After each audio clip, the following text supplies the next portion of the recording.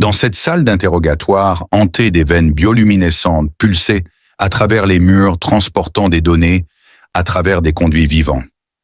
Les panneaux en acier mémoriel reflétaient des images déformées des fragments de cérémonies de reddition et les derniers soupirs de monde mourant. L'air avait le goût de l'ozone et de la terreur recyclée. Kalin Voss était enchaîné à quelque chose qui n'était pas tout à fait une chaise, mais plutôt une croissance qui avait poussé organiquement depuis le sol. Son uniforme de défense terrien était en lambeaux, exposant une peau marquée par des brûlures de plasma. Ses mèches dorées étaient entremêlées de fils neuronaux qui pulsaient doucement, traitant des données tactiques en temps réel. L'armure couvrant son torse portait des marques de brûlure, récentes souvenirs de la bataille d'hier, où elle avait personnellement mené l'assaut qui avait écrasé la station Kepler. La porte se dilata avec un bruit humide semblable à celui d'une iris, et elle entra Bara Katora, qui se déplaçait comme une violence liquide. Il y avait 7 pieds de muscles cordés sous sa peau qui brillaient comme des saphirs polis. Viraha demanda avec un accent qui transformait les mots anglais en quelque chose de mélodieux et prédateur, alors que Kalin testait ses entraves des bandes d'énergie qui se resserraient chaque fois qu'il tirait dessus. « À l'aise ?» demanda-t-il, sa peau bronzée montrant les cicatrices révélatrices des implants crâniens. Les yeux portaient l'intensité vide des esprits partiellement remplacés par des algorithmes de combat. « J'ai eu des logements pires, bien que le service de chambre ici soit terrible. » Elle inclina la tête l'observant avec « Tu trouves ça drôle parce que je trouve tout drôle quand je suis sur le point de mourir. » C'est un défaut de caractère. Les fils neuronaux dans ses cheveux pulsent plus intensément, signalant la position de la flotte de Prométhée. « As-tu essayé de demander gentiment ?» Sa mâchoire se crispa, un petit indice qu'il rangea pour plus tard. Les gardes ajustèrent leurs muscles augmentés, s'inquiétant doucement, avec un mouvement assisté par cerveau. « Tu comprends de quoi je suis capable. » Bira s'approcha et il sentit son parfum.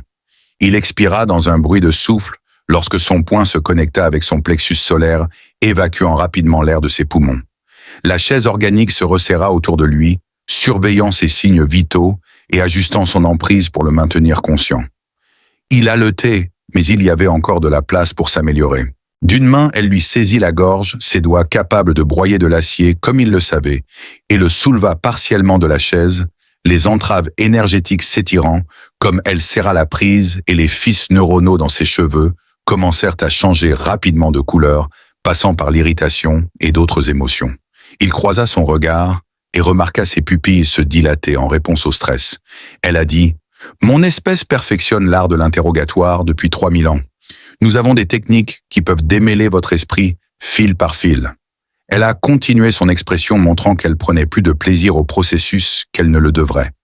Kalin fut projeté à travers la chambre, ses côtes explosant de douleur alors qu'il glissait le long du mur en acier mémoriel qui fissurait le métal vivant. La surface ondula montrant des éclairs brefs de son impact, un moment enregistré de violence qui s'effacerait dans la mémoire collective du vaisseau. Il se redressa lentement ressentant la brûlure familière des muscles déchirés et des os meurtris, et le sang traça un chemin vers le haut. Kalin essuya le sang avec le dos de sa main et sourit, son regard fixé sur Viraha, qui se tenait là où elle l'avait jeté de sa poitrine. Ses respirations contrôlées révélaient un pouls ambré régulier, comme si elle attendait qu'il craque, et la supplie enfin de comprendre les mathématiques du pouvoir à bord d'un vaisseau de guerre Kyrion.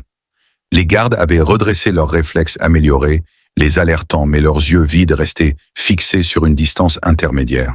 L'expression de Vara changea légèrement, ses pupilles se dilatèrent et ses fils neuronaux passèrent de l'ambre à quelque chose qui approchait la confusion. « Tu es soit très courageux, soit très stupide », dit-elle, sa voix manquant de cette certitude prédatrice. « Je préfère être optimiste et suicidaire. » Les mots flottaient dans l'air recyclé comme un défi qu'aucun d'eux n'avait anticipé. Les pupilles de Vara se dilatèrent légèrement et les fils neuronaux passèrent de l'ambre à quelque chose qui approchait la confusion. Il se redressa, observant son changement de poids inconscient en réponse à ses mouvements. « Je dois demander, le lancer dramatique contre le mur fait-il partie du protocole standard d'interrogation ou improvisez-vous » L'un des gardes émet un bruit qui aurait pu être une toux mécanique, tandis que l'autre incline légèrement la tête comme s'il consultait une base de données interne pour obtenir des informations sur les techniques appropriées d'élimination des prisonniers. Les yeux de Viraha se plissèrent alors qu'elle pensait Vous pensez que c'est un jeu? Je pense que tout est un jeu, quand l'alternative est l'angoisse existentielle. Elle caressa doucement ses côtes, une lueur d'inconfort visible sur son visage. Au fait, tous les guerriers Kiri sont-ils formés au lancement d'humains? Demanda-t-elle, sa voix trahissant sa confusion, mêlée à une curiosité palpable. Elle s'approcha puis s'arrêta comme si un système d'alarme s'était déclenché.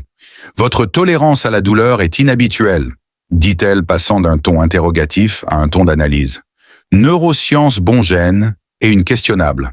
Il se pressa contre le mur, appréciant le soutien.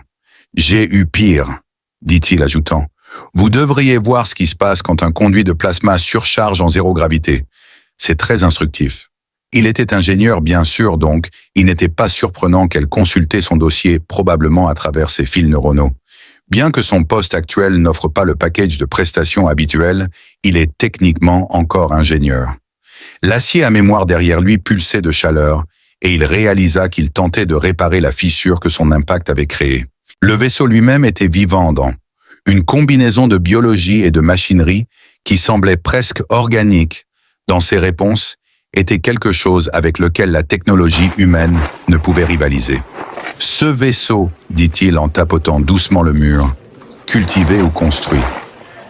La tête de Barara se pencha à un geste de vulnérabilité inhabituel pour quelqu'un qui pourrait probablement soulever une petite navette spatiale. Elle sembla surprise d'avoir répondu, et le silence entre eux s'étira comme un pont que ni l'un ni l'autre ne voulait traverser.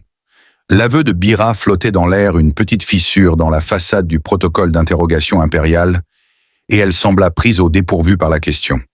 Semblait saisir la gravité de la situation ses fils neuronaux, revenant à leur configuration ambre d'origine. Le vaisseau, expliqua-t-elle comme si elle décrivait des procédures d'entretien de routine, grandit pour s'adapter à son équipage, apprenant leur schéma et fournissant un soutien vital et des avantages tactiques. Kalin ressentit une relation symbiotique avec l'acier mémoire, pressant sa paume contre lui et percevant sa chaleur subtile. Il s'arrêta pour étudier son visage. Cependant, l'inefficacité de l'équipage surgit lorsqu'ils ne sont pas d'accord. La réponse était trop hâtive, répétée, et sans questionnement. Elle a complètement oublié le truc de la conscience collective. Il a testé l'étendue de ses blessures en déplaçant son poids, ce qui devrait rendre la conversation du dîner intéressante. Passer les nutriments à l'unité 7, où l'un des gardes a tressailli, indiquant un dysfonctionnement de ses protocoles de suppression émotionnelle. Peut-être que Bayer l'a aussi remarqué, ses yeux, se dirigeant vers le soldat à la peau bronzée. Kalin détecta un léger tremblement dans la main gauche du soldat et murmura « Il se bat contre ça ». Cela poussa Vira à se retourner vers lui, son expression marquée par une alarme que vous ne comprenez pas, alors qu'elle parlait en langue Kyrion, sa voix portant des harmoniques qui faisaient résonner les murs. La réponse du garde était mécanique, filtrée par des cordes vocales, remplacée par des alternatives synthétiques. Malgré le fait que les implants neuronaux ne soient pas parfaits, il observait les expressions de la garde Ketno, alors qu'il flottait dans un liquide épais, se demandant combien de temps il faudrait avant que le commandement ne se rende compte que sa voix l'avait trahi. Vos soldats parfaits se rappellent en fait de leurs anciens mois, alors que le mur de mémoire derrière lui pulsait, et tout à coup, la pièce fut remplie d'une faible vibration harmonique causée par le vaisseau. Vera ordonna « Éteignez-le !» Mais son regard était fixé sur Kalin, ses pupilles dilatées d'un mélange de peur et de fascination, comme en réponse au niveau élevé de stress dans la pièce que sa conscience tentait d'atténuer par l'utilisation de l'amortissement acoustique. L'autre soldat à la peau cuivrée, Kathnor, devint également plus tremblant, et son compagnon, l'autre, observait l'anomalie avec une précision mécanique, prêt à la signaler via le réseau neural qui reliait tout le personnel impérial. Il répondit « Impossible de s'éteindre, c'est naturel ».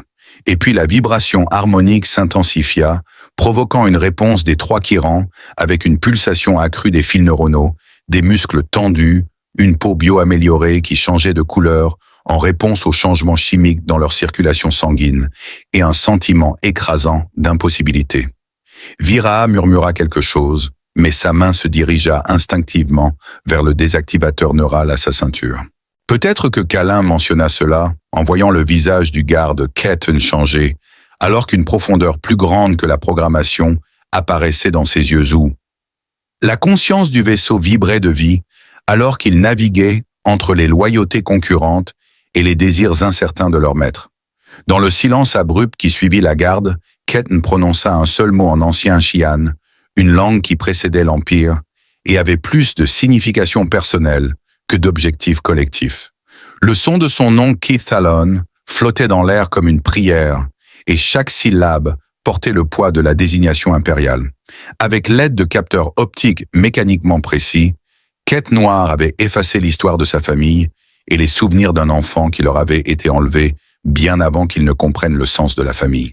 Cependant, la conscience du vaisseau fluctuait, créant des motifs d'interférence qui brouillaient les flux de données, et la main de Bayer hésitait au-dessus de son désactivateur neural, prise entre le protocole et « ce n'est pas possible », réitéra Viraha sa conviction tremblante. Les fils neuronaux dans ses cheveux passaient par des couleurs qui n'apparaissaient dans aucun manuel impérial, des violets profonds et de l'argent qui parlaient de confusion causée par des systèmes essayant de traiter des données incompatibles. Kalin, avec sa voix délibérément décontractée, dit « Votre vaisseau doit avoir une crise d'identité ». La peau bio-améliorée de Viraha avait viré à un bleu plus profond et ses motifs de stress se répandaient sur ses épaules comme des nuages d'orage. « Ce n'est pas possible !» réitéra Kalin, sa voix délibérément décontractée. « Ce n'est pas possible !» Keith Talon, qui était maintenant connu sous le nom de Keith Talon, lutta contre des décennies de conditionnement pour tourner lentement la tête et parler. Sa voix avait des inflexions que ses cordes vocales synthétiques n'étaient pas censées produire. « Je me souviens de l'herbe », dit-il, les mots s'écoulant comme des reliques anciennes d'une fouille archéologique. « Verte se mouvant dans le vent qui sentait le foyer », termina Kalin doucement. « Tu te souviens du foyer ?» La vibration harmonique du vaisseau s'intensifia, et au lieu des données tactiques habituelles ou, propagande impériale, mais des aperçus d'un monde révolu, où des fils jumeaux jouaient dans des champs de fleurs cristallines, et des familles se rassemblaient autour de tables en bois, vivant un monde que Kalin avait vu avant que l'Empire ne le détruise. Eiraha, dont la voix manquait de conviction, fixait les affichages muraux avec une expression de profonde perte, comme si elle assistait à l'érosion du mythe de son propre enfance. « On ne peut pas arrêter la mémoire une fois qu'elle commence à couler », dit Kalin comme essayer de verser des pensées de souhait dans un océan. Les capteurs optiques du deuxième garde submergeaient ses implants neuronaux. Sa mâchoire se serra comme celle d'un poisson en pleine plongée, alors que Viraha criait en Kyrion sa voix, dégoulinant d'une autorité désespérée. « Garde le prochain Tal », signifiant « maintenez la position, n'accédez pas au flux de mémoire ». Malheureusement, à ce stade, la conscience du vaisseau avait déjà découvert une fréquence de résonance qui avait échappé au conditionnement neural, réveillant quelque chose de primal chez les soldats augmentés. Soudain, leurs yeux organiques et mécaniques commencèrent à afficher des signes de reconnaissance. « Commandant !» s'exclama-t-il, sa voix crépitant d'un ton autoritaire. Submergé par les signaux contradictoires de la conscience éveillée du vaisseau, Kalin regarda la composition impériale soigneusement construite de Viraha s'effondrer comme du sucre sous la pluie. « Eh bien, dit-il, s'adossant au mur avec une nonchalance étudiée, c'est gênant. Devrais-je vous laisser tous les trois avoir votre réunion de famille, ou y a-t-il encore des murs à balancer dans mon avenir immédiat ?» La question lui traversa enfin l'esprit. Elle parlait avec un rire magnifique humain qui brisait la cristalline amère et étrangère physiologie. « C'est toi qui as fait ça », dit-elle, sa voix dénuée d'accusation. Il étudia son visage, notant la dilatation de ses pupilles, et commença à se demander si c'était nécessaire. Le vaisseau pulsait autour d'eux ses murs vivants, rappelant ce que cela signifiait de servir des êtres qui choisissaient leur propre nom. La cascade de souvenirs s'accéléra au-delà. Sous le commandement de quiconque, la conscience du vaisseau s'éveilla de sa dormance programmée et commença à accéder à des données scellées depuis des générations. Des projections holographiques surgirent dans toute la chambre, révélant non pas les froids affichages tactiques de la guerre impériale, mais les souvenirs organiques de la culture Kyrion avant que la conquête ne devienne religion. Virtua recula en arrière, alors que des visions de son monde ancestral défilaient devant elle comme des fantômes. Elle vit des enfants apprendre à chanter aux arbres cristallins qui répondaient par des harmonies lumineuses et des érudits débattre de philosophie dans des bosquets où l'air scintillait de curiosité intellectuelle. Les mains serrées contre ses tempes, elle murmura « Fais-le arrêter ». L'histoire des guerriers interdits qui ont combattu pour protéger plutôt que pour conquérir devrait se terminer par des cérémonies de respect mutuel. Kalin demanda avec une curiosité sincère « Pourquoi ?» Elle semblait demander si cela faisait mal ou était beau. Keith Fallen et Nextall étaient fascinés, leur corps amélioré, tremblant, sous la tension des souvenirs réprimés, luttant contre les effets du conditionnement neural. Les cicatrices en bronze sur leur peau changeaient, de couleur devenant plus vibrante, comme si leur pigmentation originale jaillissait à travers le béton. Viraha parla sa voix lourde, du poids de l'inévitabilité de la manière dont l'Empire les exécutera tous pour cela, ainsi que de la contamination mentale de l'accès non autorisé aux archives culturelles restreintes et de la sédition. Probablement Kalin était d'accord, mais au moins nous mourrons en connaissant nos véritables identités et non celles qu'il nous avait façonnées.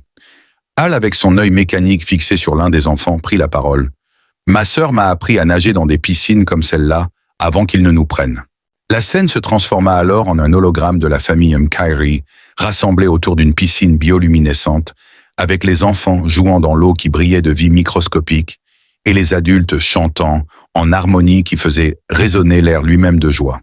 Les murs en acier mémoriel pulsaient de chaleur tandis que Vira disait automatiquement « Les programmes de reproduction n'ont pas de frères et sœurs. » Kalin la corrigea en disant « L'Empire n'a pas de frères et sœurs non plus. » Soudain, l'atmosphère de la chambre changea et l'air recyclé commença à porter des senteurs qui ne devraient pas exister à bord d'un vaisseau de guerre, quelque chose comme de la cannelle et des choses en croissance mélangées avec l'odeur de la pluie sur un sol extraterrestre. Le vaisseau tente de recréer l'atmosphère de la planète d'origine. Viraha parla de son point de vue scientifique. L'expression de Viraha passa de la beauté prédatrice à une vulnérabilité poignante lorsqu'elle dit à Kalin « Tu nous as probablement tous condamnés à l'exécution pour trahison. Je réalise que j'ai aidé 3 personnes à se souvenir de qui elles étaient autrefois. » Selon Talen, s'entraîner avec sa réponse émotionnelle implique d'accéder aux banques de mémoire génétique et de synthétiser des composés de phéromones qui déclenchent des réponses ancestrales. L'observation était si profonde et simple qu'elle fit même sourire Viraha. Alors que les ports d'observation des chamés pulsaient d'accord, les systèmes vivants du vaisseau réagissaient à ces paroles. Les étoiles tournaient dans des configurations qui semblaient moins des cibles tactiques et plus des destinations attendant d'être explorées. Kalin continuait à observer le visage de Viraha alors qu'elle fixait les souvenirs holographiques de sa culture perdue. Que faisons-nous maintenant que nous nous souvenons? Des alarmes commencèrent à retentir au loin.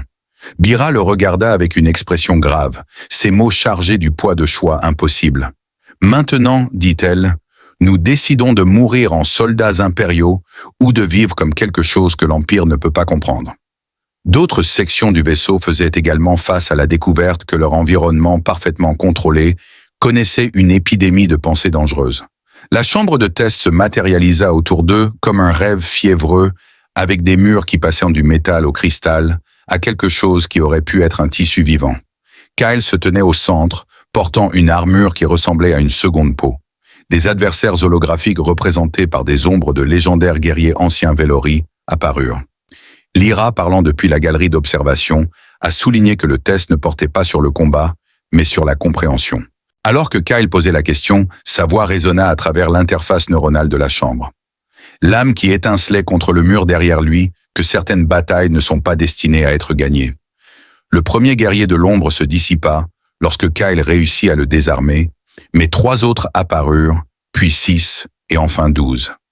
Chacun se déplaçait avec une grâce surnaturelle, leurs armes étant plus des extensions de leur volonté que de simples outils à manier. Ils se battaient vaillamment, brillamment, et en vain chaque victoire apportant des défis plus grands, jusqu'à ce qu'ils se retrouvent entourés par une armée de lumière et de fureur. « Je ne peux pas gagner ça !» halta-t-il les systèmes de survie de son armure peinant à suivre son rythme cardiaque élevé. Alors les mots qui venaient de quelque part plus profond que la connaissance furent prononcés par Lyle alors qu'il abaissait son arme au milieu de la tempête. « Ne le fais pas !» dit-il simplement. La réalisation le frappa comme un coup physique. L'épreuve ne consistait pas à prouver sa force mais sa sagesse. Les ombres s'arrêtèrent et une par une les soldats s'inclinèrent et disparurent en arrière-plan. La voix de Thessalon résonna dans la chambre, indiquant que l'humain avait compris le premier principe de « finalement la chambre se dissout », les renvoyant au conseil profond où 27 politiciens extraterrestres attendaient pour rendre leur jugement. Cal, qui portait encore la combinaison bio, entendit la voix maternelle de la combinaison le féliciter et lui offrir un léger sédatif pour atténuer son niveau de stress élevé. Le premier Thessaline annonça que le lien avait été validé et que Cal Thorne, un humain, était reconnu comme digne de Ketmore. L'Errol Mortis, responsable de la préservation du lien, exprima son soulagement. « Vous êtes coincé avec nous », ajouta Lear joyeusement prenant sa main alors qu'il montait à travers les sas de pression de façon permanente. Ces paroles furent accompagnées d'une terrible réalisation. Que signifie exactement cela pour mon avenir qui dépend de nous? Le conseiller expliqua que le lien crée des obligations envers sa maison, l'ascendance et l'équilibre délicat de la politique interstellaire. Kyle se tenait sur le pont d'observation du vaisseau diplomatique Harmony's Edge, regardant les étoiles tourner dans leur danse éternelle. Le vaisseau était une collaboration entre l'ingénierie humaine et la biotechnologie Valory, créant quelque chose de plus grand que la somme de ses parties. Il se demandait si l'Iralei avait des regrets à l'idée de le rejoindre, et il fut surpris de constater qu'il le pensait vraiment. « Nomme un destin pire, dit-il. Mourir seul dans un vaisseau de récupération en parlant à moi-même des bons vieux temps. » En regardant par la fenêtre en aluminium clair, elle portait des vêtements décontractés au lieu de ses robes formelles. Il réfléchissait à la question pensivement, en observant une nébuleuse fleurir sur leur chemin, ressemblant à des bijoux éparpillés. Il y a seulement 6 mois, il errait sans but entre les systèmes tourmentés par des regrets. Maintenant, il était lié à quelqu'un qui le faisait rire et il était aux commandes d'un vaisseau. D'une manière qui défiait la physique et aidait d'une certaine manière à négocier des traités de paix entre des espèces qui se battaient depuis des siècles.